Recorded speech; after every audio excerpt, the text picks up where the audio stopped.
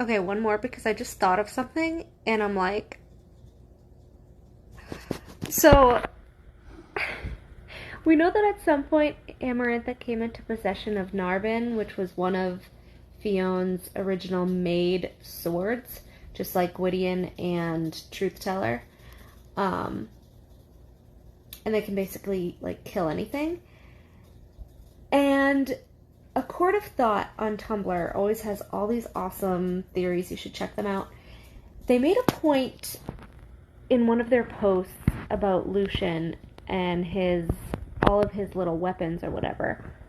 But they mentioned that Amarantha was killed with Lucien's sword, and that SJM made a point of putting in there that it was Lucien's sword. And we remember that Lucien tossed his sword to Tamlin to kill Amarantha.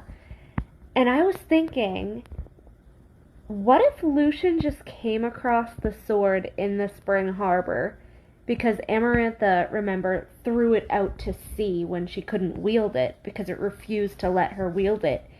What if Lucien found it in the Spring Harbor and was like, oh, hey, a sword, like, I'm gonna keep it, it looks cool, looks nice. But the sword actually chose for him to wield it, just like Truth Teller chose for Asriel to wield it. And he has some sort of got cut off. But like, what if Lucien has some extra power? Like, we kind of know that he does, because we don't know all about his powers. But what if it was Narben that he found, and it chose him to wield it? And we know Asriel has Truth Teller. Maybe it's because they're both descendants of the old gods? Or somehow both part of Fion's old line? Because we know that Lucien is Helian's son, but we know also that Helian is the only one physically affected by the Dread Trove. When he was near the Dread Trove, it made him feel all sorts of ways, and he couldn't be that close to it. And Lucien being his son makes me think that there's a connection there to the old gods, which just leads me back to Lucien being the High King. Because what if we're all wrong, and what if it's actually Lucien who is a direct descendant of Fion? Like, maybe it was Fion, and then his line actually runs through the Day Court, and that's where Lucien gets all his power from. And I just want to point out that this totally makes sense, because Bryce, as we know, has Gwydion, and everyone is equating her to the Dusk Court. Az has Truth Teller, and he's equated to the Night Court. Lucien may have Narben, and he's equated to the Day Court. Day, night, and in between, which is dusk. So, if the pattern holds, who has descended through the Dawn Court and is in possession of a made weapon? Because it would have to be all the solar courts, right? If this is the pattern. If one descendant from each super powerful old god has a made weapon. And it also makes sense because if there was 4 descendants, 4 made weapons, there's also 4 items of the Dread Trove. So each of the 4 old gods maybe made 1 item of the Dread Trove. Okay, so me and Olivia highlighted this. She did the pink and I did the yellow. So one of our theories is that the Starlight Pool was actually a portal, and that is how Rhys's sister actually escaped before dying, and that Tamlin glamored somebody to look like her at the war camp. And I was just going over a theory about how the 4 Dread Troves and the 4 made items link to 4 different descendants of ancient fae gods and how it could play into people's powers. There's one from the Night Court, one from the Dusk Court, and one from the Day Court, which would be Azrael with Truth Teller and the Mask, Lucien with Narben and the Crown, and then Rhys with the Horn and Gwydion. And so it would be a Dawn Court descendant with the Harp and Ataraxia, Nesta's little maid weapon. But anyways, I pointed this out in the yellow. Also the blue and red and pink and yellow glinting beneath. Sounds a lot like a Dawn Court sky, doesn't it? Dawn Court specialty is portals.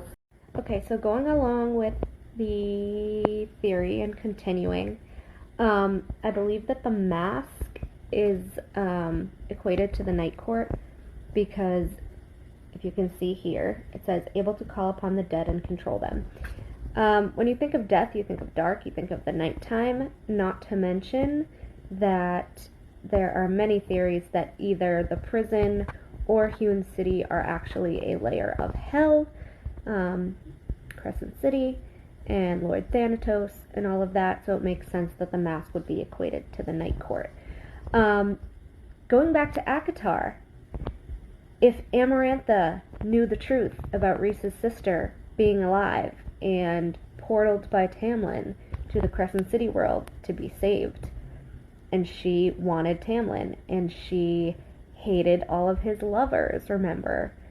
I think the masquerade thing wasn't just about him being a shapeshifter. I think it was also about him being stuck with a mask, which is the embodiment of the Night Court, his rivals. I also think that because she was so cunning and evil that she knew the truth about the sister, and she used it to get it. Continuing off my last video, I also think now, if you put all the pieces together, what if Amarantha is actually the one that found out about Tamlin's affair with Rhys's sister, and because she wanted him, she's the one that told the father?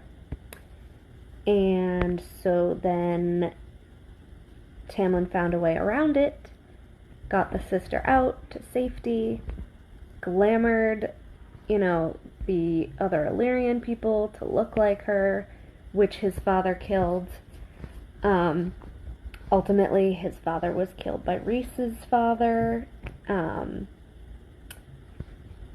as revenge for that, Amarantha's best friend, and I think to both punish Tamlin and to punish Rhys, and to keep them enemies, the way that she hated Rhys, and the way that she didn't like that Tamlin rejected her, I think she put an actual spell on Tamlin where he could not tell Rhys the truth about the sister. Much like she does in ACOTAR, how they can't tell the truth to Feyre. I think that would be a good callback. Part 3, I think. Going back to Amarantha. I think she definitely knew about the sister and spelled him so that he could never actually tell Rhys the truth.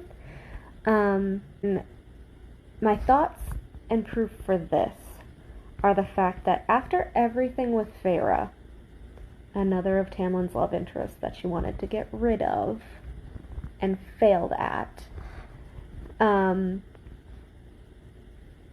we know that Tamlin makes a point to apologize to Feyre for everything that he put her through, that she thinks he put her through, multiple times in ACOWAR. And he does actually try to change, and he tells her he's sorry, and all of that. So Tamlin does apologize when he's wrong, eventually. And I found it funny, the wording in ACOFAS when he is talking about Rhys's family and their deaths. Instead of just telling Rhys he's sorry and just getting it over with, he asks Rhys, would you accept an apology? And Rhys says something like, I never heard one. And Tamlin said, well, I didn't think it would make a difference. And then Rhys says, like, no, it wouldn't. Why the runaround? Because they're not dead.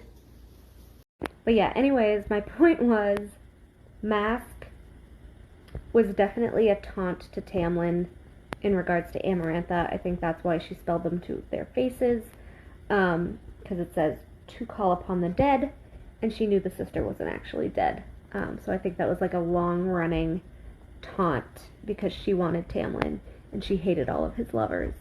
And in regards to her spelling him not to be able to tell the truth, that was also, as I said, a callback to Feyre when she spelled them not to be able to tell the truth to Feyre as well about the curse. So she has, I mean, it sounded like she had done it before. So she was being sneaky about it. Like, she was using all of this stuff to taunt him about stuff that had already happened in his past. And that's why she was so adamant that she was going to win this time. Even though, I mean, Feyre died, so she technically did win. But she also didn't because she came back. So that's 2 strikes, she's out. But, yeah, I don't think Tamlin can tell the truth about the sister. And he wants to. Just to follow up to my 3-parter, 4-parter that I just did in regards to Rhys's sister and Amarantha. We know that the spell to prevent them from telling Feyre the truth went away once she knew the truth because she lived it under the mountain. But I think now that Hybern is dead and Amarantha is dead, somebody has possession of Hybern's spellbook. And I think if Tamlin gets his hands on it, he's going to need help to undo the spell that Amarantha originally put on him, where he cannot tell Rhys the truth about his sister. I think that obviously it's a spellbook, so you're going to need either a witch or a very powerful fae. I wonder who he's gonna ask. I would say Lucien, but I feel like he would probably ask Feyre and she'd be like, fuck you. But I don't know. He's gonna have to undo it using the spellbook. Who has the spellbook?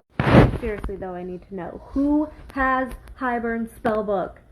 I know, I'm ridiculous, and I keep forgetting to add in things. There's a second follow-up. First of all, why didn't Amarantha go after the sister to kill her in the Crescent City world if she was oh so powerful? Because, like the sword, the Dread Trove wouldn't have allowed her to wield it because she was evil and she was using it for nefarious purposes. Secondly, but Nesta's the only person who can wield the Trove. Nobody else can wield the Trove, so it couldn't have been used to help the sister. False.